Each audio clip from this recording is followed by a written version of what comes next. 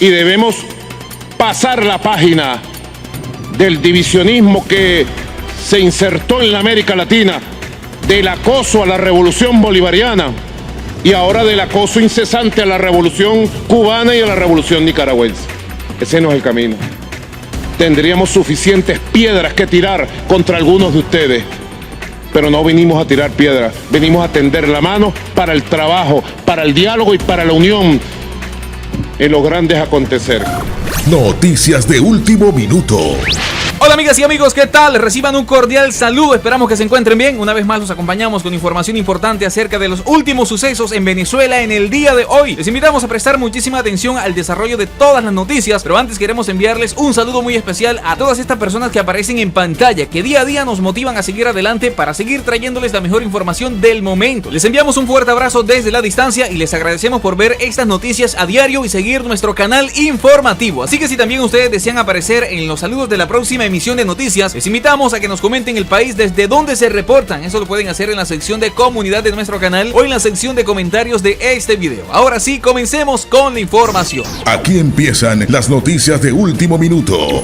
Muchísima atención a esta información porque en este momento mucha gente se está preguntando por qué Nicolás Maduro pudo viajar a México, participar en la CELAC y no fue detenido. Algunos especialistas en seguridad de Estado y analistas coinciden en que es importante recordar que la Interpol, la International Police, la organización internacional de policía criminal más grande del mundo, que tiene 194 países miembros, no es una policía como tal. Parece un poco contradictorio lo que acabamos de escuchar, pero resulta, damas y caballeros, que esto lo decimos sencillamente porque la Interpol, a pesar de que sí tiene su sede en Francia, en sí no es una policía sino una agencia de coordinación, de diseminación de información con fines investigativos, de ubicación de personas, por lo que son las policías de los países miembros las que ejecutan esas detenciones de prófugos de los más buscados. Es decir, se requiere la voluntad de los países miembros, de ese país miembro que recibe ese criminal para ejecutar una orden de captura. Algunos piensan que si las leyes funcionaran como deben, incluso López Obrador y su canciller deberían recibir mínimo una amonestación, todavía mucho más porque en teoría están cooperando con gente procesada por narcoterrorismo, así que sería el deber ser hacerles un llamado de atención. Y para otros, bueno, no hay excusa para decir, por ejemplo, que México es la sede de una negociación y que por eso Maduro puede llegar sin problema, porque además lo político y lo legal no van de la mano, son cosas totalmente separadas. Incluso el mismo dictador Maduro dijo que este proceso de diálogo no exonera a Guaidó de rendir cuentas ante la supuesta justicia de la dictadura venezolana, por lo que para él tampoco debería haber inmunidad de ningún tipo. El caso es que López Obrador recibió a un usurpador, visto así por su principal aliado Estados Unidos, del que se beneficia con millones de dólares por comercio bilateral, y además Maduro es un ilegítimo investigado por crímenes de lesa humanidad, solicitado por delitos de narcoterrorismo en las cortes de los Estados Unidos, con precio a su cabeza por 15 millones de dólares. Y es que si analizamos bien la situación, amigas y amigos, México está provocando a los Estados Unidos porque abiertamente invita a los chinos, estrecha alianza con ellos, habla a Xi Jinping, que nunca lo hace en este tipo de convocatorias. Como si fuera poco, México lleva a dos tiranos como lo son Díaz-Canel y Maduro. Además, pone a Díaz-Canel de primero en la primera fila de la foto, a la mano derecha de su canciller, y pone en el fondo de la gráfica a demócratas del mundo como es el presidente de Uruguay. López Obrador también anuncia prácticamente la intención de desaparecer la OEA, una afrenta en todos los sentidos a ese vecino con el que también comparte una convulsionada frontera común. Muchos expertos consideran que cuando se hace una acusación tan grave como la que reposa contra Maduro en las cortes de los Estados Unidos, se supone que hay un agente o un fiscal asignado para ese caso en todos los países miembros de la Interpol, y ese funcionario le puede informar a un juez que tienen una información abierta publicada que uno de sus investigados está en ese país, en este caso en México, y por ende presentar la prueba de la prensa, incluso las imágenes del dictador viajando en el avión. Y de esta manera, amigas y amigos, se podría solicitar que se emita un requerimiento de captura porque ese fugitivo está ubicado y está en territorio de un aliado. Además, él pudo haber ido al Departamento de Justicia, luego visitar a la embajada mexicana, hacerle una notificación formalmente hablando, pero aquí nos preguntamos, ¿cómo se ejecuta una orden de Interpol? Bueno, normalmente se realiza con fuerzas policiales del Estado miembro, como ya lo dijimos, de modo que en este caso tendría que practicarlo la misma policía mexicana, porque la Interpol lo que hace por su parte es enviar la imputación, es decir, comunica, pero no ejecuta. Por ejemplo, en los Estados Unidos, quienes tengan una orden de Interpol pueden ser detenidos incluso hasta por el departamento de sheriff, la policía local. No es ni siquiera un agente del FBI, ahí, porque es una agencia local la que puede perfectamente ejecutar ese mandato. Pero damas y caballeros, México, o mejor dicho, el gobierno de México, dejó muy clara su posición política. Además, en una abierta burla al pueblo de Venezuela, que nunca ha creído en su imparcialidad como anfitrión de una mesa de negociación con el régimen madurista. Además, recibe a Díaz-Canel, demuestra cuál es su afinidad ideológica. Algunos ya lo han estado acusando de pretender mirar en lo interno, en la política local, hacer una modificación en el marco legal en México, querer una asamblea constituyente y bueno, muchas otras cosas. Pero, ¿cuál es la consecuencia legal para López Obrador y para su gobierno? Porque dependiendo de quién hace el seguimiento procesal, podría alegar que Andrés Manuel López Obrador y su canciller colaboran con un fugitivo de la justicia, se niegan a cooperar. Y es que no podemos olvidar nunca que hay acuerdos bilaterales entre los Estados Unidos y México para colaborar, por ejemplo, contra el narcoterrorismo. Entonces, el argumento este del reconocimiento a Maduro es una cuestión muy relativa, porque si está sujeto a una situación de corte federal, el fiscal debería informar el lugar donde se encuentra el fugitivo y respetar el marco de cooperación y por lo tanto ejecutarlo. Así que, amigas y amigos, esta situación podría provocar que las relaciones entre Estados Unidos y México den un giro radical, ya que el gobierno mexicano ha demostrado estar de acuerdo con las ideologías dictatoriales. En pocas palabras, Maduro no fue detenido en México porque el gobierno de ese país también brinda su apoyo a la dictadura madurista.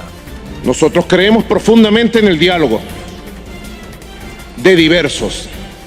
Y yo le digo al presidente de Paraguay, ponga usted la fecha, el lugar y la hora para un debate sobre democracia en Paraguay, en Venezuela y en América Latina.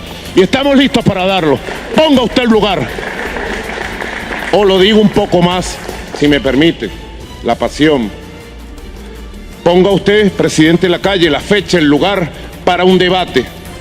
O ponga usted, presidente López Obrador, y Venezuela está lista para debatir de democracia, de libertades, de resistencia, de revolución y de lo que haya que debatir. Seguimos con los acontecimientos más importantes del día. Muchísima atención, damas y caballeros, porque por otra parte les contamos que el ex general el chavista Hugo Armando Carvajal, alias El Pollo, se comprometió recientemente a aportar documentación para corroborar a sus afirmaciones tras declarar como testigo sobre asuntos que dice conocer como ex responsable de la inteligencia venezolana que serían de interés para España. Ante la Audiencia Nacional de España, Carvajal habría hecho un relato interesante, según la abogada Dolores de Argüelles, quien declinó dar detalles al estar la causa bajo secreto. Según fuentes jurídicas consultadas por una agencia internacional, el exfiscal se habría comprometido a aportar documentación al juzgado sobre los asuntos que abordó en su comparecencia a petición propia. Carvajal declaró dentro de unas diligencias previas que abrió la Audiencia Nacional cuando fue detenido por primera vez en España tras entrar con un pasaporte falso. Entonces pidió declarar voluntariamente sobre asuntos de terrorismo internacional como ETA y las FARC y manifestó su preocupación por las relaciones del régimen venezolano de Nicolás Maduro y el grupo terrorista libanés Hezbollah. Sin embargo, en aquella ocasión decidió finalmente no declarar, alegando que había cambiado de abogado y que su nuevo letrado necesitaba instruirse sobre los motivos por los que Estados Unidos reclamaba su extradición antes de decidir sobre la conveniencia de prestar una nueva declaración. Fuentes jurídicas señalaron entonces a esa agencia internacional que la declaración no se produjo porque el propio ex general chavista retrocedió en su intención inicial de ofrecer información relevante sobre Venezuela. Carvajal sigue en su estrategia para evitar ser extraditado a los Estados Unidos, una entrega que la Audiencia Nacional ha paralizado a la espera de que se resuelva sobre su petición de asilo. El Ministerio del Interior de España la había denegado en 2019, pero que entonces no se pudo notificar porque desconocía su paradero, por lo que recientemente se le comunicó la decisión en la cárcel de Madrid, en la que ingresó tras su detención hace pocos días. Continuamos con más noticias internacionales. Claro que sí, señoras y señores, y vamos a continuar con mucha más información de lo que está pasando en Latinoamérica y también de lo que está pasando en el país norteamericano. Estas son las últimas noticias de Estados Unidos hoy. Y mucha atención porque vamos a estar hablando acerca de los cambios que ha realizado Joe Biden en la relación de Estados Unidos con Latinoamérica. Claro que sí, una de las características que tiene el nuevo presidente de Estados Unidos, Joe Biden, es su insistencia por revertir algunas políticas de Trump. Esto es algo que para nadie es un secreto, ¿no? Y una de ellas es la incidencia en América Latina. Con poco tiempo en el poder, el mandatario ya tomó diversas acciones hacia la región.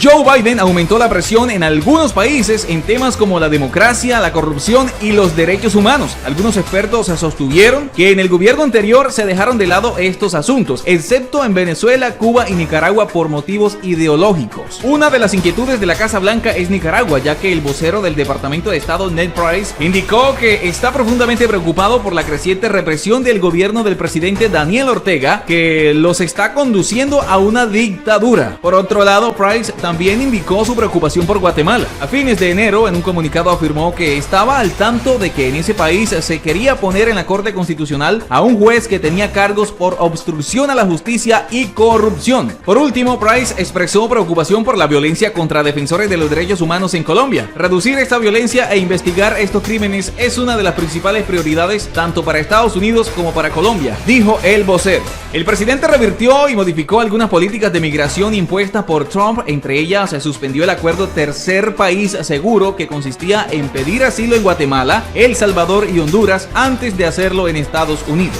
Biden tiene como objetivo crear nuevos marcos regionales y así procesar las solicitudes de asilo en la frontera con México, algo que requeriría más tiempo. Muzaffar Chasti, un experto del Instituto de Política Migratoria en Nueva York, afirmó recientemente que llevará entre 4 y 6 meses poner en marcha un sistema de asilo viable. Mientras tanto, dependerá de los países de tránsito y de México asegurarse que no haya aumento en el número de migrantes en la frontera. El mandatario también pidió revisar el programa de protocolos de protección a migrantes conocido como Quédate en México, lanzado por Trump. Debido a esta medida, miles de solicitantes de asilo fueron enviados a ese país mientras se tramita su solicitud en los Estados Unidos. Donald Trump había impuesto duras sanciones contra Venezuela y Biden, por su lado, las está modificando. La primera fue habilitar operaciones en puertos y aeropuertos del país sudamericano que habían sido negadas. Esta modificación no tiene incidencia en las sanciones al sector petrolero. El Departamento del Tesoro aclaró que la nueva autorización excluye actividades de exportación de diluyentes a Venezuela. Por otra parte, la Oficina de Control de Activos Extranjeros tampoco incluyó en el permiso a funcionarios del gobierno venezolano sancionados. Un informe de un organismo de control del gobierno de Estados Unidos indicó este mes que si se mantenían esas medidas de control hubiesen obstaculizado la ayuda humanitaria y agravado la crisis económica del país.